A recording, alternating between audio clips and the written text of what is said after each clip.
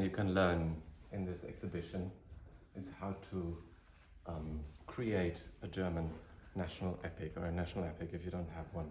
Not that I think it's a particularly good enterprise, but looking at the shared reception of Homer and the Nibelungenlied from the mid-18th century, from Bodmer to this very day, this was something that kept up again and again.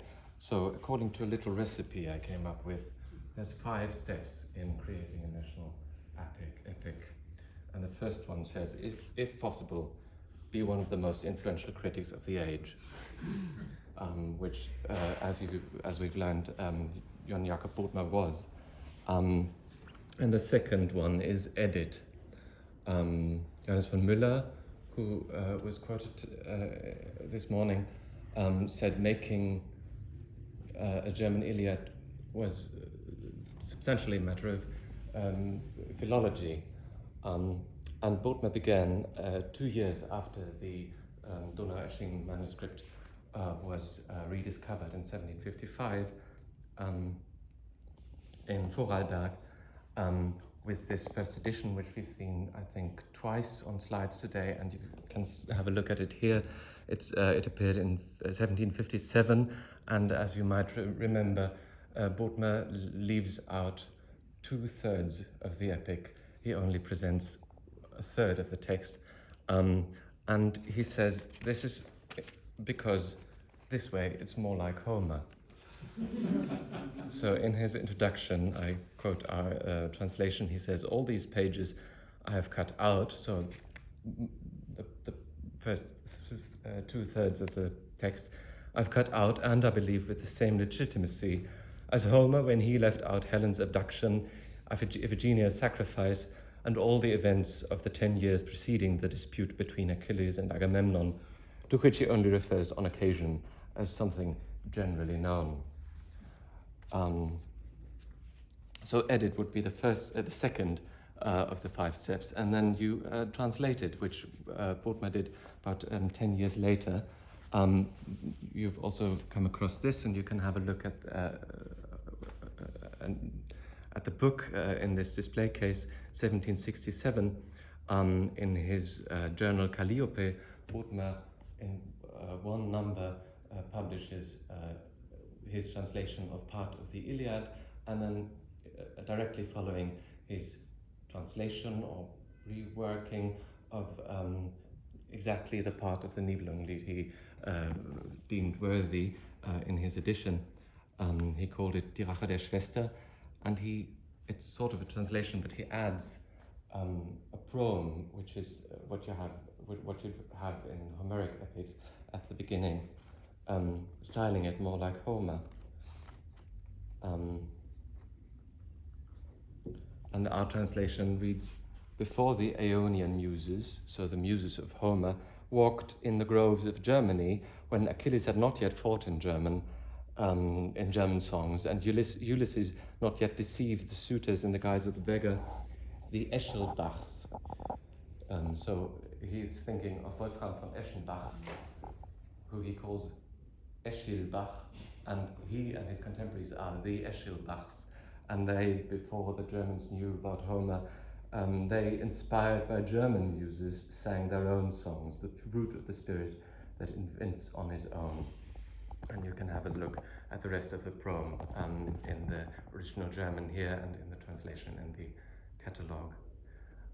So Homer was translated into hexameter, into the meter of Homer. The Nibelungenlied, was translated into hexameter, but Homer was translated into the meter of the Nibelungenlied as well 3 times, and one of those is in the same display case here, 1902. Das alte Lied vom Zorne Achilles, the old song of the wrath of Achilles, in the no, where is it? It's not this. Well, somewhere. It's over here, sorry. Where somebody at the beginning of the 20th century translated the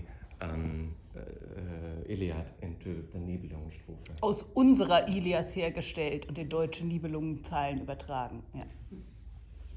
So edit, translate, and then here's more on translation of Homer, because the material is so fantastic in the Taylorian book collection.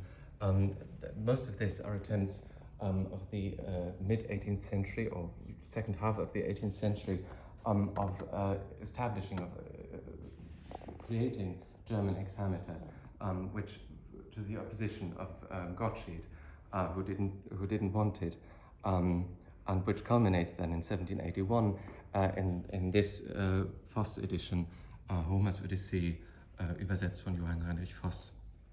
And the hexameter, and especially Voss's translation, stays the most influential meter and version of the epic in German, while in English the hexameter has very bad standing, and there has up to date been one prime minister translating a whole Homeric epic into English, Lord Stanley, and he wasn't keen on the hexameters at all. I'm not going to read what he says about the hexameter. You can read it yourself in the catalogue, and this is his translation here.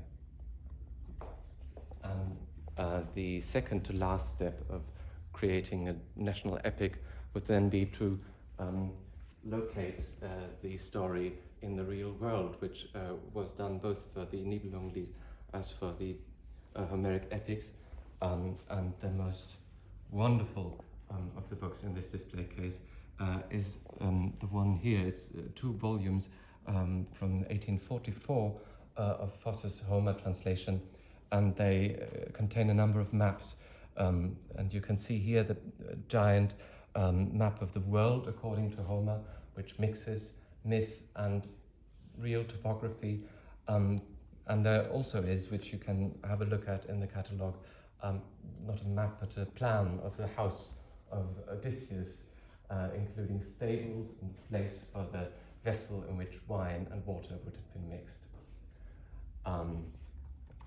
So be one of the most influential critics of your time, edit, translate, map or situate the text in the real world.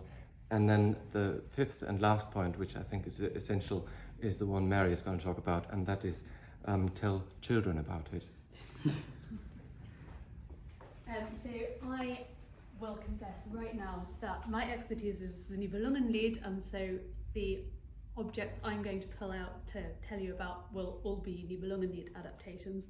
I'm going to take one item per category. Henrika talked us through the categories back in room 2, and then I have one bonus out of the case to show you. So I would, if you'd like to try and gather around so that you can see what I'm talking about. Here. So this is the one I'd like to start with.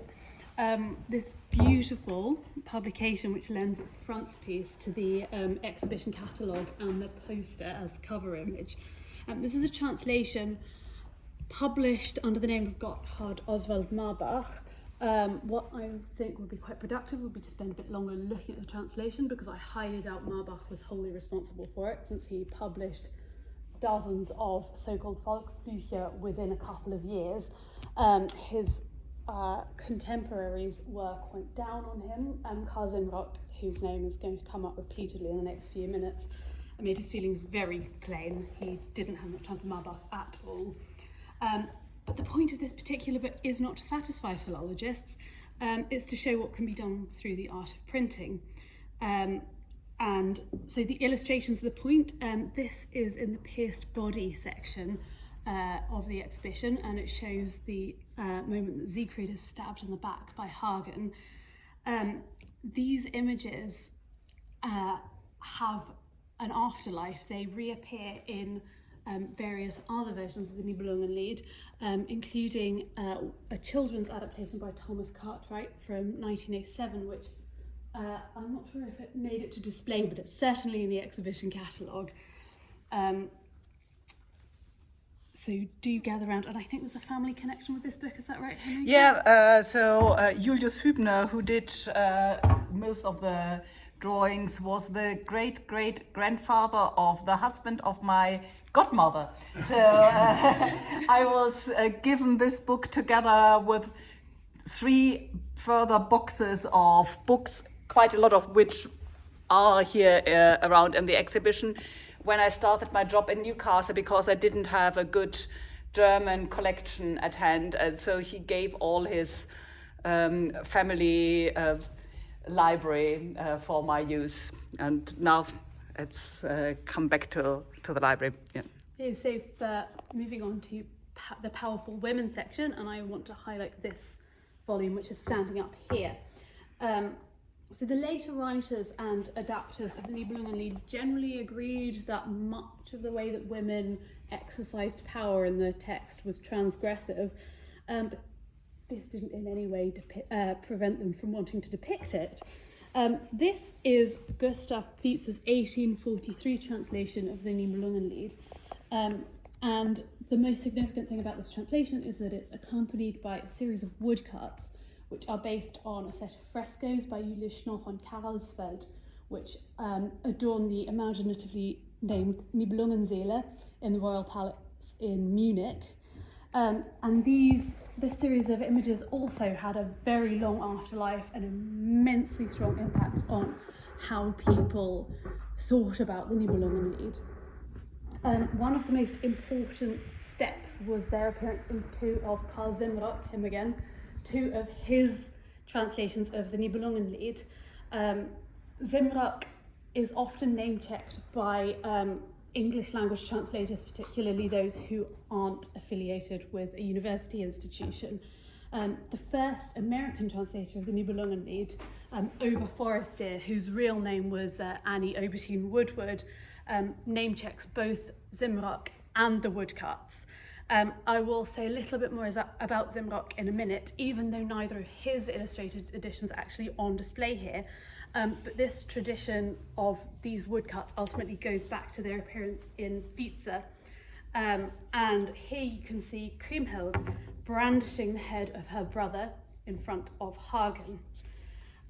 And we're going to stay in this corner of this case for our highlight from the violent revenge theme. And you'll see exactly that image again if you maybe come around after and have a look. This time it's in a children's adaptation, Golden Threads from an Ancient Loom by an English writer named Lydia Hans. Now this is quite unusual for an adaptation because, for children, because it takes in the whole of the Nibelungenlied. It also brings in elements of the Norse tradition, which is very common in children's adaptations, and then Hans adds in her own woodland spirit named Hermione. Now Hans also says that she used Zimrock as her source, and while she uses the same set of woodcuts, you can see that she uses the version that appeared in Zimrock's publication, because he made some tweaks, and those tweaks come through into Hans' adaptation as well. Now she saw this publication as having an ethno-nationalist significance. She said she thought that the German national epic should not be altogether unknown to the youth on this side of the German Ocean. But she also didn't think that Kriemhild's behaviour was a very good example for her children audience. So where some adapters chose to make an example of Kriemhild to heighten her supposed wickedness, other adapters tried the opposite tack. They tried to completely remove any sense that she personally was responsible for the violence. Hans does something else. You'll maybe remember that in the Nibelungenlied, Kriemhild essentially sacrifices her son Ortlieb in pursuit of her vengeance. Here, Lydia Hans has Ortlieb murdered in a completely unprovoked attack by Hagen. This then drives Kriemhild mad with grief, and thus her violence is not excused but explained. This is something that we actually see in 19th century legal contexts as well. So what we've got here is exactly the same woodcut, but with a completely different context. Here we've got an angry, violent pursuit of revenge. Here we have revenge explained by immediate maternal grief. And the last thing I want to show you is our bonus volume. This is a close prose translation by a Scottish writer named Margaret Armour.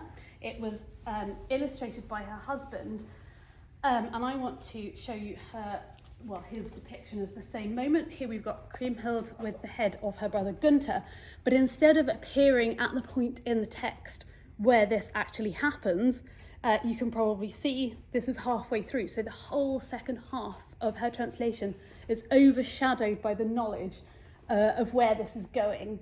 And just a final postscript on Margaret Armour that's particularly relevant to our topic today.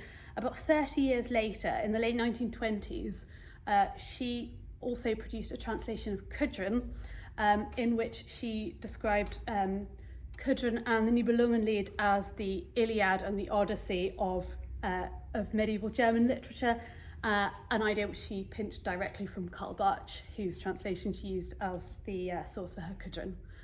So that's the end of what I have to say about the reception of the Nibelungenlied in the 19th century and the exhibition, which I think the three of us have put on together. Thank you.